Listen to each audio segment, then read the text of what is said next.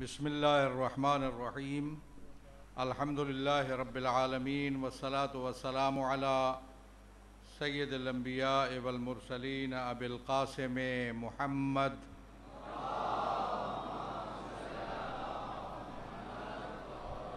وآلہ الطیبین وصحبہ المنتجبین اما بعد فقد قال اللہ تبارک و تعالی احسب الناس ان یترکوا ان یقولوا آمنا وهم لا یفتنون۔ عزیزان گرامی، توفیق الہی ہے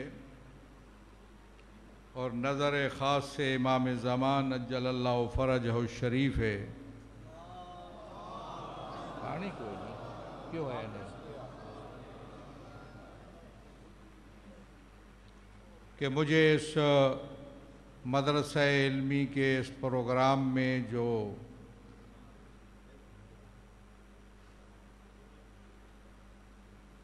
میں سمجھتا ہوں کہ ایک سنگ میل کی حیثیت رکھتا ہے، اس میں حاضر ہونے کا موقع ملا اور علماء کرام کا اور برادران ایمانی کا نزدیک سے دیدار ہوا۔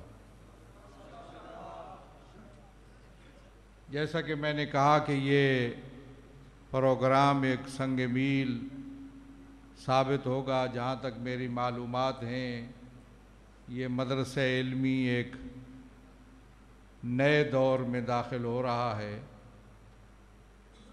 اور اس کی فعالیت اور اس کی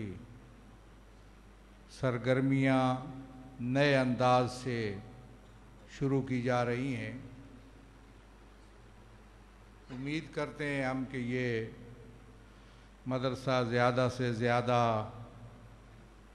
فعال ہوگا، زیادہ سے زیادہ طلاب کو جذب کرے گا اور زیادہ سے زیادہ مومنین کی دینی ضروریات کو پوری کرنے کا اہتمام اور انتظام کرے گا۔ دینی مدارس کی اہمیت، چونکہ دینی مدرسے کا جلسہ ہے، میں اسی پہ بات کروں گا کہ دینی مدارس کی اہمیت ضرورت اور افادیت سے کسی کو انکار نہیں ہے۔ دینی مدارس ہی ہیں جن میں دین کی تعلیم دی جاتی ہے، دین سے شناسائی حاصل کی جاتی ہے ایک خاص انداز سے۔ ویسے تو ہر شخص کا کام ہے کہ وہ دین سے اپنے آپ کو آشنا کرے، دینی معلومات کو حاصل کرے، اپنی جو انفرادی ذمہ داریاں ہیں یا جو معاشرے میں ذمہ داریاں ہیں، ہر فرد کی ذمہ داری ہے کہ وہ اس سے عہدہ برآں ہونے کے لیے، ذمہ داریوں سے عہدہ برآں ہونے کے لیے معلومات حاصل کرے، اور اس کا بہتر طریقہ یہ ہے کہ اپنے بچوں کو، اپنی نئی نسل کو زیور تعلیم یعنی اسلامی تعلیم سے مزین کرنے کا سامان کرے، جس کی طرف توجہ بہت کم ہے۔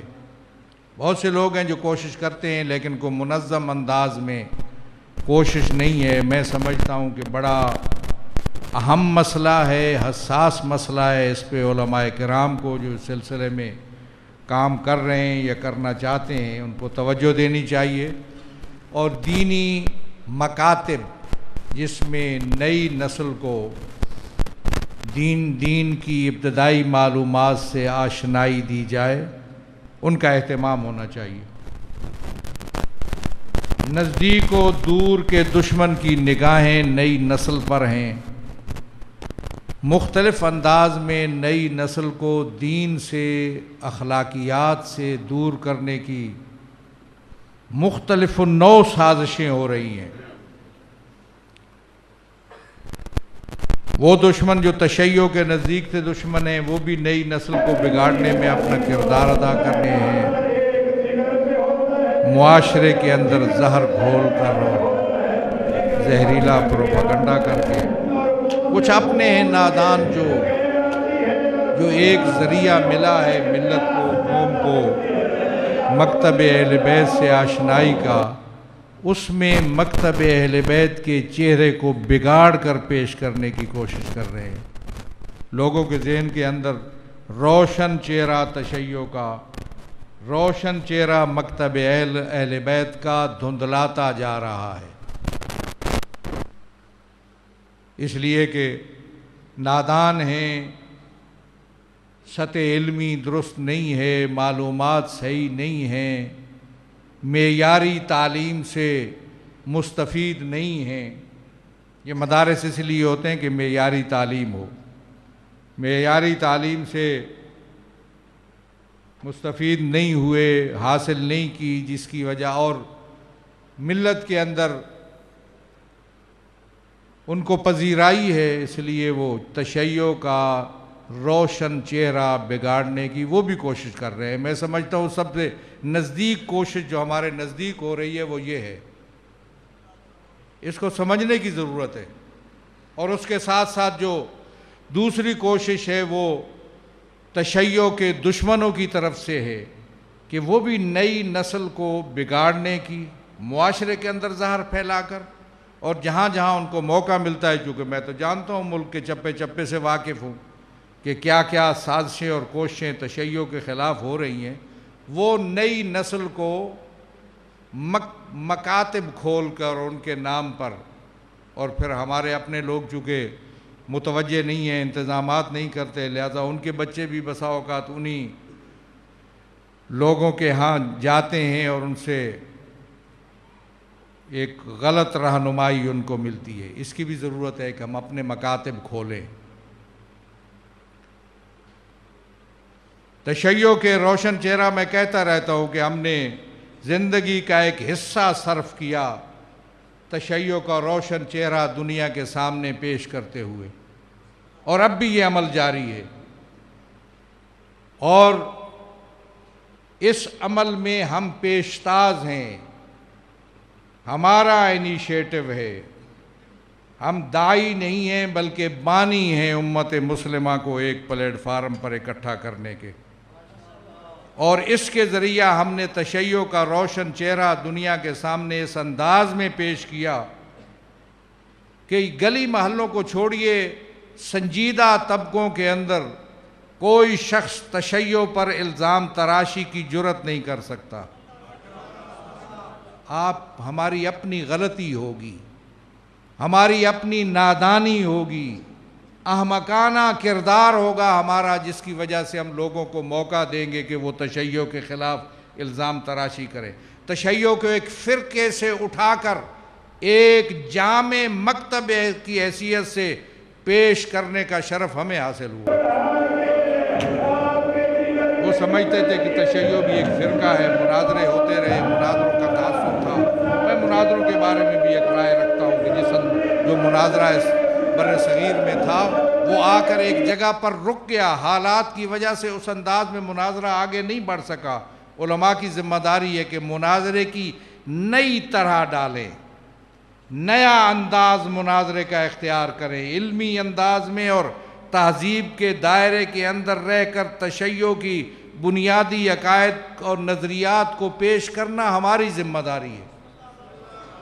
جو لوگ اس وقت موجود ہیں وہ تشیع کو اس انداز میں پیش کرنے کی اہلیت نہیں رکھتے، صلاحیت نہیں ہے ان کے اندر، تربیت نہیں ہے اس بات کی، پڑھے لکھے نہیں ہیں، علم نہیں ہے ان کے پاس، اس لیے وہ بگڑا ہوا تشیع آپ کے سامنے پیش کرتے ہیں۔ تشیع کے نام پر کوئی اور مال آپ کے سامنے پیش کیا جاتا ہے، اور میں یہ سمجھتا ہوں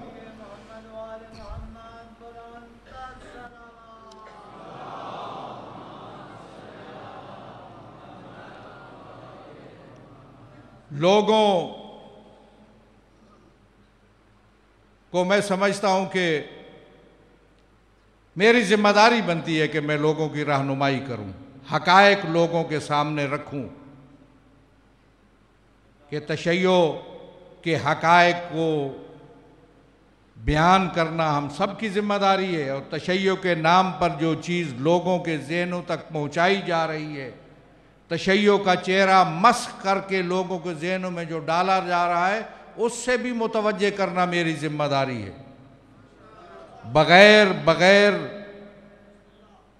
الجھاؤ کے، بغیر محاذ آرائی کے، بغیر لڑائی جھگڑے کے۔ میں لڑائی جھگڑا درست نہیں سمجھتا، وَلَا تَنَازَعُوا، قرآن کا واضح حکم ہے کہ جھگڑا مت کرو۔ قُولَا لَهُ قَوْلًا لَيِّنًا لَعَلَّهُ يَتَذَكَّرُ۔ موسیٰ و ہارون فرعون کے پاس جاؤ جو سب سے بڑا کافر، اس کے پاس جا کے تبلیغ کس انداز کی کرنی ہے؟ قُولَا لَهُ قَوْلًا لَيِّنًا، نرمی سے گفتگو کرنا۔ طریقہ سکھایا، طریقہ دعوت اللہ کا طریقہ، انبیاء کا انداز تبلیغ، اس کو اپنانا چاہیے۔ اس لیے میں بھی اس بات کو، البتہ ایک مرحلہ وہ آتا ہے جہاں پہ حق پہنچتا ہے ہمیں کہ اس کو قوت سے اور طاقت سے اس برائی کو روکیں، اس بگاڑ کو روکنا۔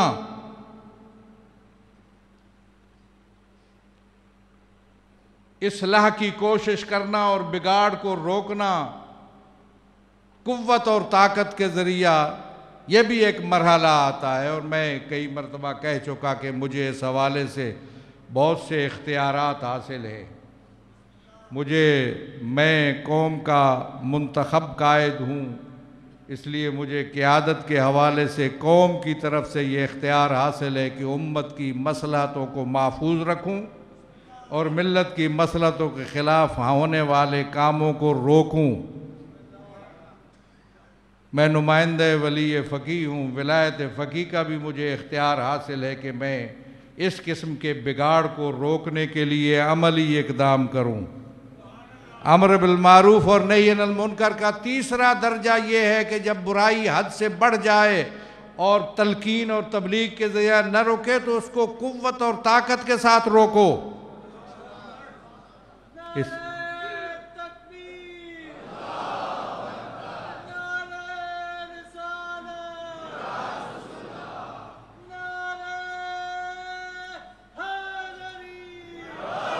اس لیے میں مسلسل وارننگ دیتا آ رہا ہوں، ان لوگوں کو پہنچائیے ان تک پیغام کہ اس وقت تشیع انتہائی مشکل حالات میں ہے، بہت سے چیلنجوں کا سامنا ہے، بہت سی مشکلات کا سامنا ہے۔ ان مشکلات سے نبرد آزما ہونے کے لیے ضروری ہے کہ تشیع کے اندر بگاڑ پیدا نہ کیا جائے۔ اس مولانا کی بات ماننی ہے، یہ ان کی ماننی ہے، یہ ان کی ماننی ہے، یہ ضروری نہیں ہے۔ ہمارے ہاں ایک سسٹم ہے، ایک نظام وضع ہوا ہے۔ امام زمانہ کی غیبت کبریٰ میں امام ہمیں جاہلوں کے سپرد کر کے نہیں گئے، ایک سسٹم دے کر گئے۔ اس سسٹم کو فالو کرو اور اس کی پیروی کرو۔ فلاں کوئی کسی کو مانتا ہے یا نہیں مانتا، اس کا اپنا مسئلہ ہے، لیکن جو سسٹم امام زمانہ نے اپنی غیبت کبریٰ میں دیا ہے اس سے لوگ کیوں منحرف ہو رہے ہیں؟ اس سسٹم کو فالو کرنا، اس سے رہنمائی حاصل کرنا، یہ بہت ضروری ہے۔ اس لیے میں سمجھتا ہوں کہ ہمیں بنیادی کام جو میں عرض کر رہا تھا اس کی طرف توجہ دینی چاہیے، اور وہ لوگ جو تشیع کے خلاف زہریلے فتوے دیتے رہے اور پروپیگنڈے کرتے، آپ جانتے ہیں کہ ہم نے ان کے ساتھ اس انداز سے ہم نے ان کا مقابلہ کیا کہ آج ہم امت مسلمہ کے عین درمیان میں مسند صدارت پر بیٹھے ہیں اور ہمیں گالیاں بکنے والے گندگی کے ڈھیر پر کھڑے ہوئے۔ حکمت عملی کی ضرورت ہے۔ میں سمجھتا ہوں کہ اس وقت دینی مدارس کا بڑا اہم رول ہے۔ کیا کردار ہے دینی مدارس کا اس وقت امت کی اصلاح میں اور امت کی بہتری میں؟ ایک دائرے کے اندر رہ کر طلاب کو تربیت دینا اچھے انداز میں، اچھے نظم کے ساتھ، یہ بہت ضروری ہے، اور اس کے بعد باہر نکل کر امت کی صحیح رہنمائی کرنا۔ لوگ پریشان ہیں، لوگ مایوس ہیں، لوگوں کے اندر بے چینی ہے، یہ جو فکری انتشار موجود ہے ملت کے اندر، اور یہ بھی علماء کی صفوں سے اٹھ رہا ہے فکری انتشار، اس کی طرف علماء کی میں متوجہ کروں گا کہ وہ اس کو دیکھیں۔ عام آدمی علماء سے یہ توقع رکھتا ہے کہ انہیں اچھی رہنمائی، شفاف راستہ انہیں وہ دکھانے میں اپنا کردار ادا کریں گے، اور جب علماء کی طرف سے انتشار کی کیفیت سامنے آتی ہے تو ایک عام آدمی کا پریشان ہونا، مضطرب، بہت سے چیلنج ہیں، بہت سے امتحانات ہیں۔ میں نے آیت بھی امتحان کی پڑھی ہے کہ کیا لوگ یہ سمجھتے ہیں کہ وہ آمنا کہہ کر چھوڑ دیے جائیں گے اور ان کا امتحان نہیں ہوگا۔ ہر شخص جو کہتا ہے کہ میں مومن ہوں، میں ایمان لایا، یا میں مسلمان ہوں، یا میں اہل بیت پر ایمان رکھتا ہوں، وہ اپنے آپ کو امتحان کے لیے پیش کرنے کا عہد کر رہا ہوتا ہے۔ اپنے آپ کو مومن کہنا، مسلم کہنا، یعنی امتحان کے لیے اپنے آپ کو پیش کرنا ہے۔ بہت کڑا امتحان ہے عوام کا۔ میں چونکہ عوام میں ہوں، میں چپے چپے سے واقف ہوں، میں چلتا رہتا ہوں ملک کے اندر۔ لوگ پریشان ہیں، اور یہ پریشانی کا منبع معذرت کے ساتھ چونکہ دینی مدرسہ ہے، میں کہہ رہا ہوں علماء سے ہے۔ ادھر کچھ لوگ ہیں جو منبر پہ ہیں، ان کی طرف سے، اور ادھر علماء کے اندر ہم فکری کا نہ ہونا، فکری انتشار، اور پھر خاص کر علماء کا اخلاقی تربیت کی طرف دھیان کم ہونا، یہ بھی ایک بہت بڑی کمزوری ہے اور بہت بڑا چیلنج ہے۔ ہماری ذمہ داری بنتی ہے کہ دینی مدارس لوگوں کے اخلاق کو، ان کی عادات کو، ان کے اطوار کو سنوارنے کی کوشش کریں، اور اس کا سب سے بڑا ذریعہ یہ ہے کہ وہ دینی مدارس کے طلبہ کو اس انداز میں تربیت کریں کہ ایک اعتدال ہو، روحانیت میں اور مادیت میں، دنیا داری میں اور دینداری میں ایک اعتدال رکھ کے چلے۔ جب بھی انسان کا رجحان زیادہ بڑھتا ہے دنیا داری کی طرف، اس کے اخلاق میں کمزوری آتی ہے، روحانیت کمزور ہوتی ہے۔ روحانیت انسانی زندگی سہولت سے، اطمینان سے، آرام سے، سکون سے تب گزر سکتی ہے کہ جب اسلام نے جس اعتدال کا درس دیا ہے اس اعتدال پر عمل کیا جائے۔ ہماری مشکلات ہیں، ہماری معاشی مشکلات ہیں، ہماری خاندانی مشکلات ہیں، ہماری سماجی مشکلات ہیں، ہم ان مشکلات کا حل کسی اور انداز میں تلاش کرتے ہیں، اور میں یہ سمجھتا ہوں کہ اسلام نے جو سسٹم دیا ہے، جو نظام دیا ہے، جو زندگی کا طریقہ سکھایا ہے، یہی وہ طریقہ ہے جس سے سکونات ملتا ہے، زندگی کے اندر راحت ملتی ہے۔ انسانی صحت کا راز بھی اسی طریقے زندگی میں مضمر ہے، انسانی معاش کی بہتری کا راز بھی اسی طریقے زندگی میں مضمر ہے۔ لوگوں کو عبادات کی ہم رغبت دیتے ہیں، لوگوں کو دین کی طرف بلاتے ہیں، لوگ یہ سمجھتے ہیں کہ یہ کوئی روحانی معاملہ ہے اور اللہ کے سامنے سرخرو ہونے کا معاملہ ہے۔ قیامت کے دن صرف یہی نہیں ہے، بلکہ یہاں کی جو زندگی ہے ہماری، یہ جو طریقہ زندگی اسلام نے سکھایا ہے، اس پر عمل پیرا ہو کر ہم زندگی کی مشکلات اور مسائل بھی اسی کے ذریعے حل کر سکتے ہیں۔ ضرورت ہے علماء اس بات کی طرف رہنمائی کریں، اور پھر اس وقت جن چیلنجوں کا سامنا تشیع کو درپیش ہے اس کی طرف بھی توجہ کرنے کی ضرورت ہے۔ وہ سازشیں جو تشیع کے خلاف ہوئیں اس ملک کے اندر، تشیع کی عظمت کو کم کرنے کی، تشیع کی حیثیت کو کم کرنے کی، تشیع کا جو مقام تھا اس ملک کے اندر شہری ہونے کے حوالے سے جو ان کی حیثیت تھی، اس کو کم کرنے کی کوششیں ہوئیں، سازشیں ہوئیں، سب کو ہم نے پاؤں تلے روندا اور کسی سازش کو کامیاب نہیں ہونے دیا۔ آپ نے دیکھا، لیکن اس کے ساتھ ساتھ جو سازش تشیع کے خلاف قتل عام کی جو سازش تھی، اس سے بھی ان کی کوشش یہ تھی کہ شیعہ اپنے راستے سے ہٹ جائیں، شیعہ پیش رفت ختم ہو جائے، شیعہ سرگرمیاں ماند پڑ جائیں، عزاداری سید الشہداء سے لوگ پیچھے ہٹ جائیں۔ اس لیے کرفیو کے عالم میں عزاداری، کبھی سنگینوں کے سائے میں عزاداری، کبھی محاصرے کے انداز میں عزاداری، یہ اس لیے تھی کہ لوگ آہستہ آہستہ عزاداری سے پیچھے ہٹ جائیں۔ آپ نے دیکھا کہ عزاداری کے سلسلے میں جو ہم نے اقدامات کیے ڈی آئی خان میں، سیون شریف میں اور راول پنڈی میں، یہ سنگ میل ثابت ہوئے عزاداری سید الشہداء کے حق کو ثابت کرنے کے لیے۔ راول پنڈی کا جو واقعہ ہوا، اس آنے کے بعد کس طریقے پہ آپ نے دیکھا کہ ایک طوفان اٹھا کہ اس ملک کے اندر جلوس نہیں ہونے چاہیے، سب کچھ جو کچھ ہو رہا ہے جلوسوں کی وجہ سے ہے۔ وہ غبارہ جو بہت بڑا انہوں نے بنایا، ہم نے اس میں سوئی کا سرا اس کے اندر ڈالا، اس غبارے سے ساری ہوا نکل گئی۔ اور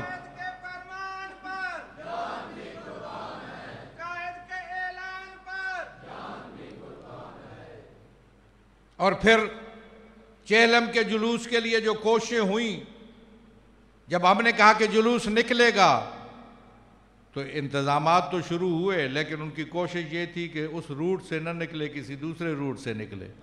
میں نے لائسنسداروں کو بلایا اور کہا کہ جلوس نکالنا ہے آپ نے، میں آپ کے ساتھ ہوں، آپ میٹنگ کریں، نکالنا چاہتے ہیں یا نہیں؟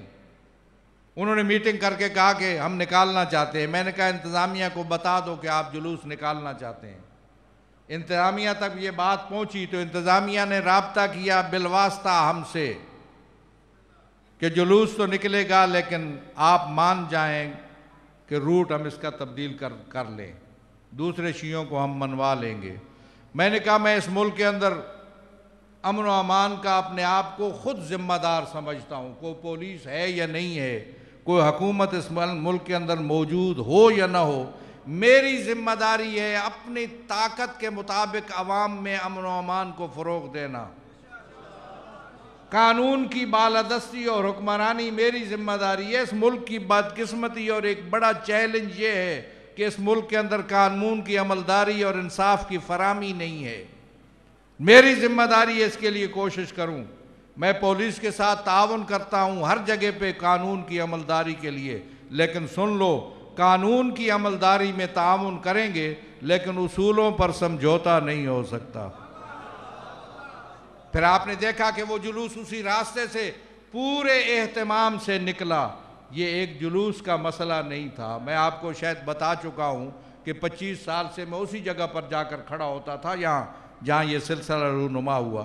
اس لیے میں نے کہا یہ شیعہ سنی مسئلہ بھی نہیں ہے، اس کا جلوس کے ساتھ بھی تعلق نہیں ہے، اس سے پہلے بھی کبھی اس قسم کا واقعہ رونما ہوتا نہیں ہوا، اس لیے یہ جلوس کا مسئلہ نہیں ہے۔ اور میں بھی اس کو ایک جلوس کا مسئلہ سمجھ کر ہم نے نہیں ڈیل کیا، بلکہ میں سمجھتا ہوں کہ یہ جلوس کیا نکلا کہ تشیع کی حقوق پر مہر تصدیق ثبت ہو گئی۔ آئندہ یہ پہلا واقعہ نہیں ہے، اس سے بہت بڑے واقعات پہلے بھی ہو چکے ہیں اور ہم نے کر دیا۔ اس لیے میں سمجھتا ہوں کہ تشیع کے حقوق کو خطرہ نہیں ہے، جان و مال کی جو صورتحال ہے اس کو اس لیے انہوں نے نشانہ بنایا تاکہ شیعہ اپنے حقوق سے پیچھے ہٹیں، ویسے تو چھوڑنے کے لیے تیار نہیں ہے۔ ایوانوں میں اور میدانوں میں ہر جگہ ہم نے تشیع کے حقوق کے علم کو بلند رکھا۔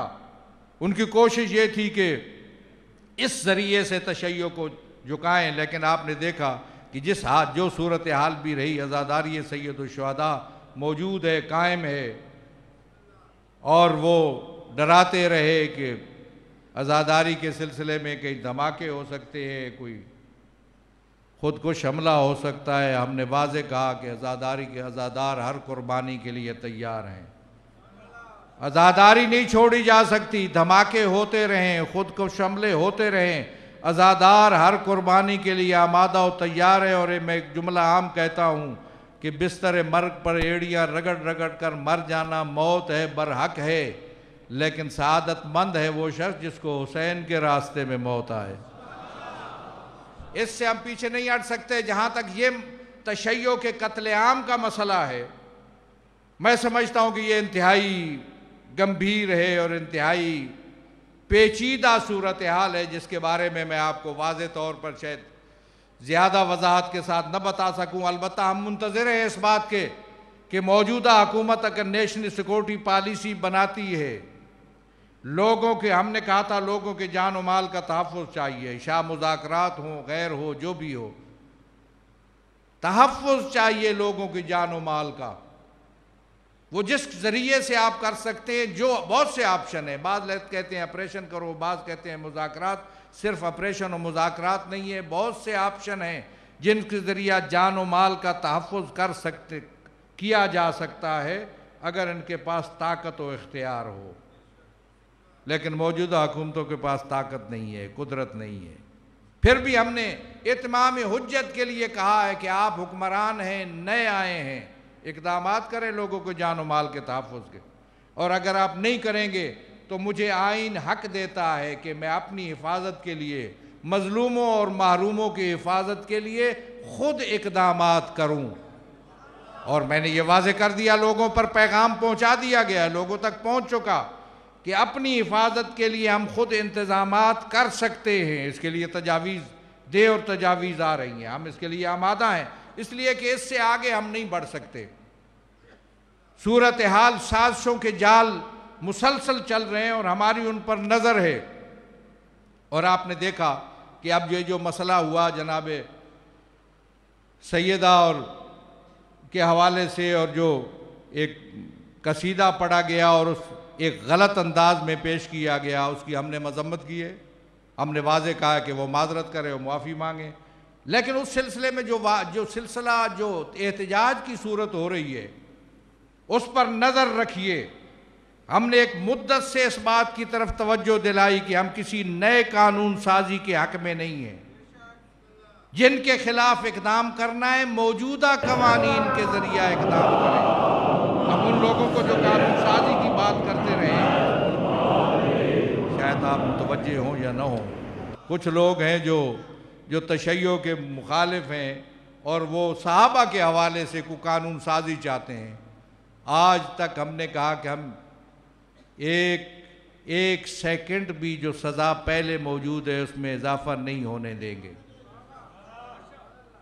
توجہ کیجئے، بڑی مشکل مرحلہ ہے۔ ادھر میں وحدت کے اندر بیٹھا ہوں، دینی جماعتوں کے عین وسط میں بیٹھا ہوں، اور ادھر میں یہ کہتا ہوں کہ جو قانون موجود ہے صحابہ اہل بیت کے احترام کا، اس میں ایک سیکنڈ بھی اضافہ نہیں ہونے دوں گا۔ اور کتنی، اب وہ کہتے ہیں جی ان کے بہت سے لوگ مارے گئے، ظاہر ہے سن 80 سے لے کر جب سے ذمہ داری ہم نے سنبھالی،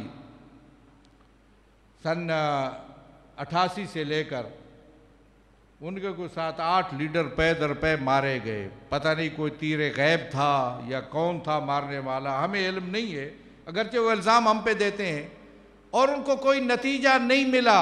ان کی کوشش یہ تھی کہ سزائے موت ہو یا 14 سال سزا ہو جو صحابی کی توہین کرے۔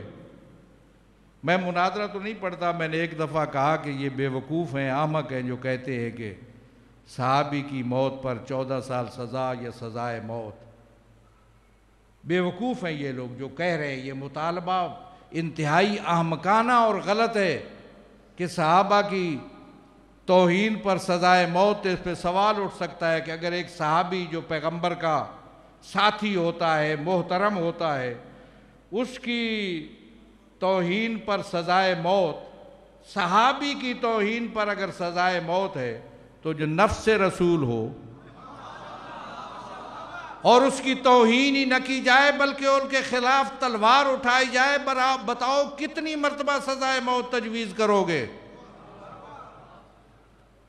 نہیں ہو سکا، آج تک ہم نے آگے بڑھنے نہیں دیا۔ اب اس آڑ میں یہ جیو کا جو مسئلہ ہے اس کو مد نظر رکھیے، اس آڑ میں ان کو شامل اس لیے کرایا گیا کہ تاکہ آئندہ کسی قانون سازی کا متوجہ رہو، کسی قانون سازی کے لیے راہ ہموار کیا جائے۔ کوئی قانون سازی نہیں ہونے دیں گے ہم، کوئی قانون سازی ہمارے لیے قابل قبول نہیں ہے۔ اس میں ایک اور پہلو بھی ہے کہ آج اگر آپ کا ایک قصیدہ اس انداز پہ پڑھنے پہ لوگ معترض ہیں اور احتجاج کر رہے ہیں، تو کل محرم میں جو نوحے پڑھے جاتے ہیں ریڈیو ٹی وی پہ یا آپ کے جو پروگرام آتے ہیں محرم پہ، اس پہ بھی اعتراض کرنے کی یہ ایک راستہ نکالا جا سکتا ہے۔ اس لیے متوجہ رہیے، ہم وہ جو حقوق حاصل ہیں تشیع کو، جو آزادیاں حاصل ہیں تشیع کو، ان آزادیوں پہ کوئی سودا بازی نہیں ہو سکتی۔ کوئی ایسا قانون ملک کے اندر نیا ہمارے لیے قابل قبول نہیں ہوگا۔ پہلے 20 قوانین موجود ہیں، ان پہ عمل کیجئے اور کوئی نیا راستہ مت کھولیے، اور جو آزادیاں تشیع کو حاصل ہیں اس میں کسی قسم کی رکاوٹ برداشت نہیں کی جائے گی۔ اور میں یہ سمجھتا ہوں کہ الحمدللہ تشیع ایک قوت ہے اس پاکستان کے اندر، اس کی حیثیت ہے، اس کا ایک مقام ہے، صرف پاکستان کی حد تک نہیں بلکہ تشیع کا پلیٹ فارم جو پاکستان کے اندر موجود ہے، اس کا ایک مقام ہے عالم اسلام کے اندر، جہاں بھی شیعہ موجود ہیں بلکہ جہاں بھی اہل سنت موجود ہیں۔ لوگ حیران ہوتے ہیں دوسرے ملکوں کو کہ باقی ملکوں کے اندر کانفرنسیں اور تقریریں ہوتی ہیں لیکن عملی میدان میں اتحاد موجود نہیں ہے۔ یہ پاکستان کو یہ خصوصیت حاصل ہے اور یہ امتیاز تشیع کو حاصل ہے، اور یہ تشیع کی عظمت ہے کہ تشیع نے وحدت امت کو حقیقت کا روپ دے کر اس دنیا کے اندر پیش کیا۔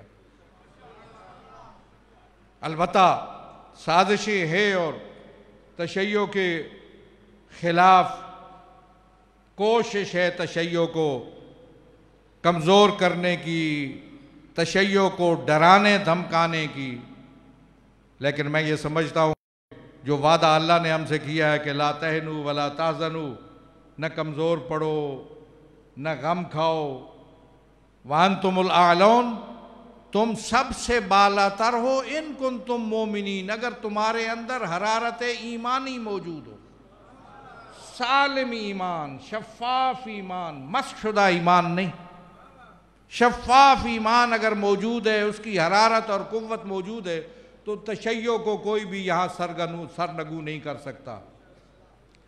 قومیں مصائب و آلام برداشت کرتی ہیں، قومیں مشکلات برداشت کرتی ہیں، قوموں کے ساتھ زیادتیاں ہوتی ہیں لیکن زیادتیوں کے ازالے کے لیے بھی دانشمندانہ راستہ اختیار کرتی ہیں۔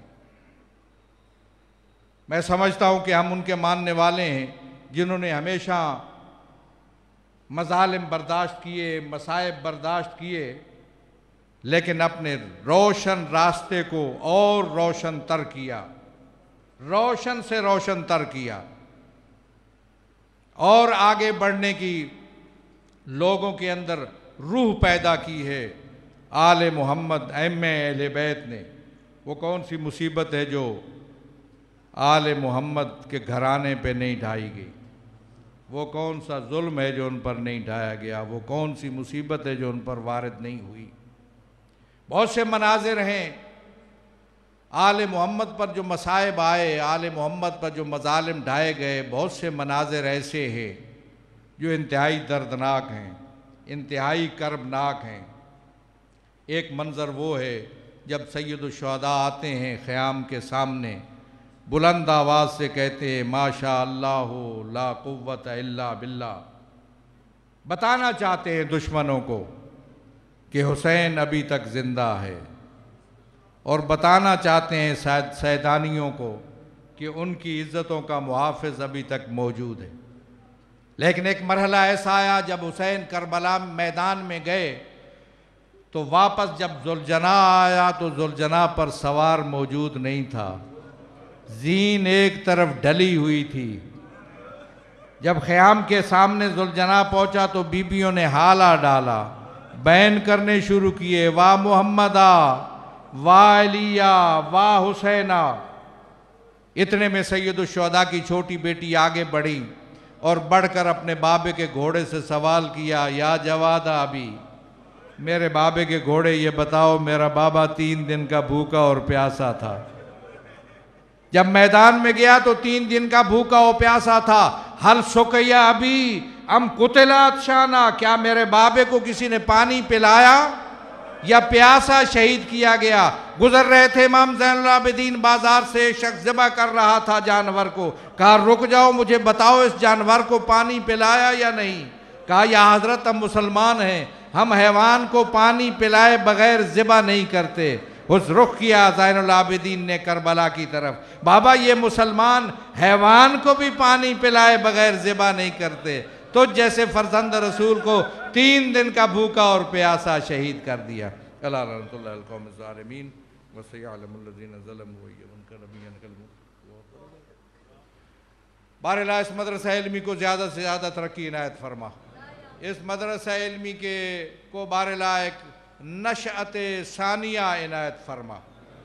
بہرحال حاضرین جو جس مشکل میں ان کی مشکل رفع فرما، جو کو کسی مشکل میں اس کی مشکل دور فرما، جنہیں کو مسئلہ درپیش ہے ان کا مسئلہ حل فرما، جو بے روزگار ہیں روزگار عنایت فرما، جو تنگ دست ہیں فراخ دستی عنایت فرما، جو مقروض ہیں قرض ادا فرما، جو بے اولاد ہیں جھولی آباد فرما، بہرحال جو اسیر ہیں رہائی عنایت فرما، سلامتی اور خیر عنایت فرما، رزق میں مال میں صحت میں برکت عنایت فرما، اتحاد و وحدت کی برکت سے مالا مال فرما، دشمنوں کے عزائم ناکام بنا، دلوں میں جو حاجات ہیں تو علیم بذات صدور ہے پوری فرما، ہم سب کی توفیقات خیر میں اضافہ فرما۔